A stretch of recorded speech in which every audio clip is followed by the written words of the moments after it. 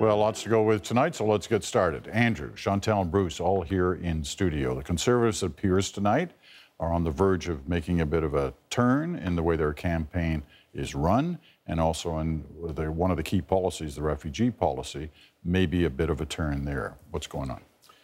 What's going on is the air is going out of their campaign, and worse than that. I'm not so sure. I think they certainly missed an opportunity, at the very least, on the Syrian refugee crisis. So there was a lost possibility of an upside for them, and certainly I think it's also paying dividends on the downside for them. They're hurting from it. Bringing in a new campaign manager, I'm not so sure is going to necessarily make the difference. When you have a campaign that's failing like this, it's usually the symptom rather than the cause. You've chosen a strategy based upon a whole lot of things that were predetermined before the election was ever called. I'm not sure how you retroactively rewrite those problems that are kind of pretty deep-seated with this government. Chantal? You certainly need, if you're going to do that, for the other parties to make big mistakes between now and the election that you can jump on. And what this campaign probably needs is more reflexes that are in tune with its needs. Stephen Harper could have jumped in front of the refugee parade fairly easily last week, a week ago today.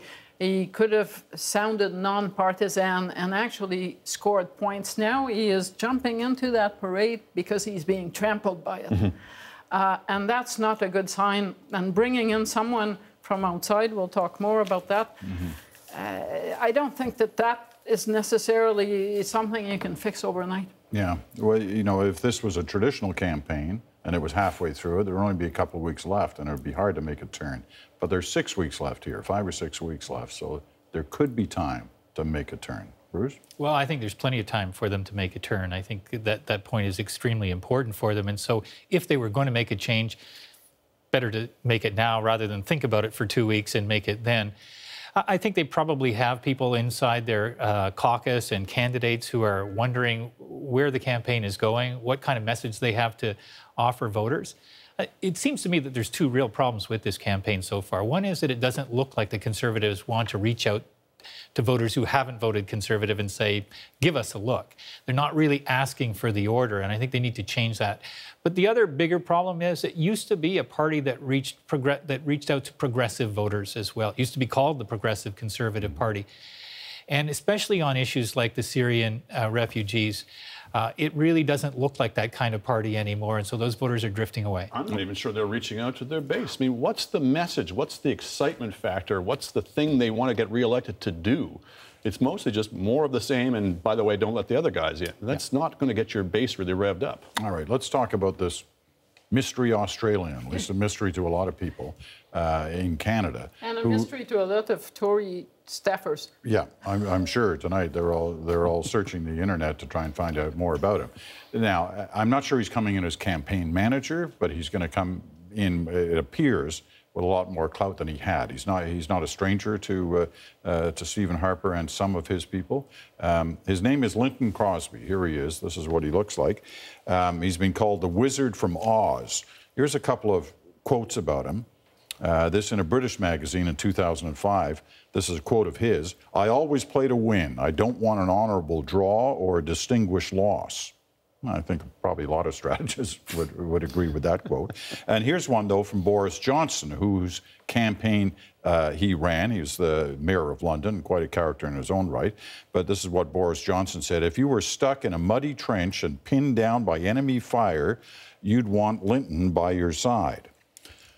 Not sure Stephen Harper's in a muddy trench and pinned down by enemy fire, but he's obviously thinking through his options here. What more do we know about this guy? He plays hardball, very aggressive, very confident. He was given a lot of credit for the win of David Cameron in the recent British election, and indeed was predicting a victory when everybody was doubting us. So he has a certain reservoir of brio that I think you need in a tough campaign.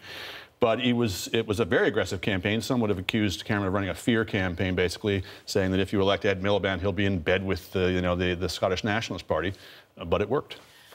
He was preparing that campaign for a fairly long time. We are talking here about someone who is jumping into a campaign in a country where he doesn't live the politics, 38 days before the election, after 3 mandates and a decade. One thing. Second thing, it has to speak somehow to the isolation of Stephen Harper, that with all of the expertise at running campaigns that is available amongst the Conservative family, he has to reach out to someone like that. I'm not sure, it feels a bit gimmicky.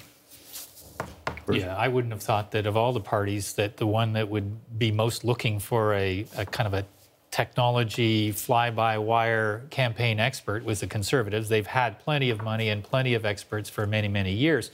So I think it's a measure of how serious they think the situation is if they're going to increase his role. I don't know enough about him to know whether I think he'll make a difference or not. But I would say that if the Conservatives are losing ground, it is in part because they're out of touch with values of many people. We talked about this the first night that we talked about the Syrian refugee thing. I think Canadians are asking themselves, is this a party that reflects my values?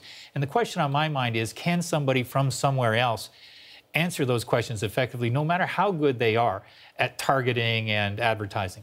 I wonder how much of it is just a sort of a morale boost. I mean, sometimes in a hockey game, you replace the goalie, not necessarily because that's going to make much difference functionally, but it just gives the team a jolt. Yeah, but it can also work the other way. It can work the other way, and it has in the They don't know who he is. Yeah, but still, I mean, with milder language on the refugee issue and this, it does sound like you're sending your candidates a message that you know something is wrong.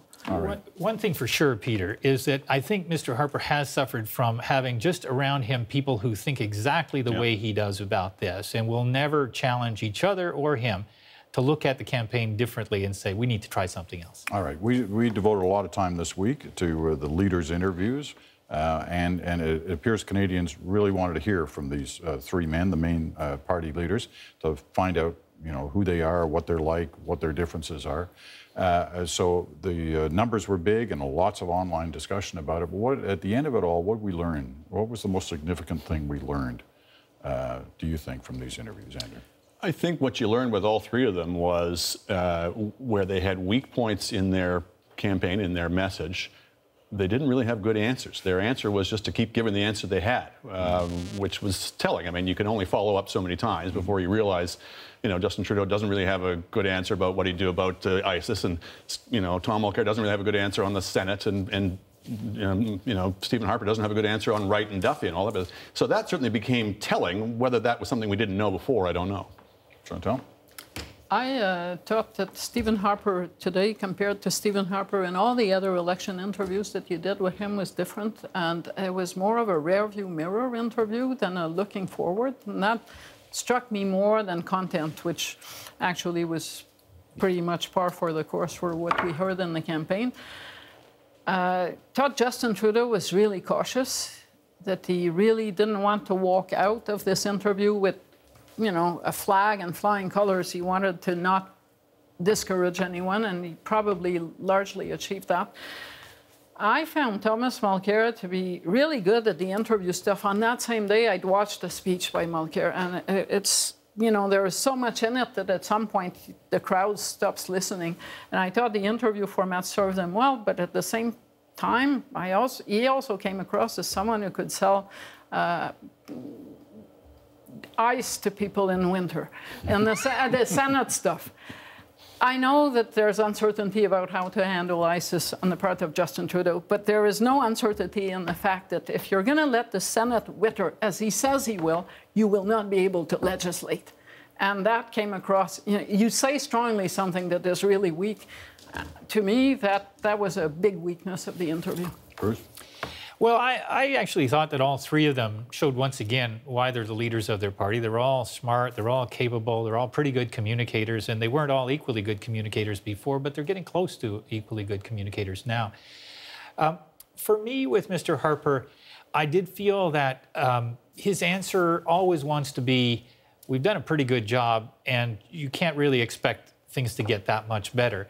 Lower your expectations. And I think that if they're retooling, they really need to retool that, because he may be right on a rational level in terms of how he thinks about it and how his base voter thinks about it, but it isn't very motivating for other people.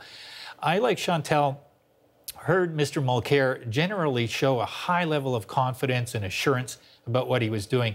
But when he showed so much assurance that he had the right answer on ISIL, it made me wonder if the assurance that he showed about all the other answers was suspect a little bit too. But he did a very good job in that interview as well. And for Mr. Trudeau, I guess I was looking at it from the standpoint of the first time on this show that we talked about Mr. Trudeau, I remarked about his communication skills not being what I thought they needed to be. It was a different interview he gave from a communication skills standpoint this year. All right. Good to talk to you all.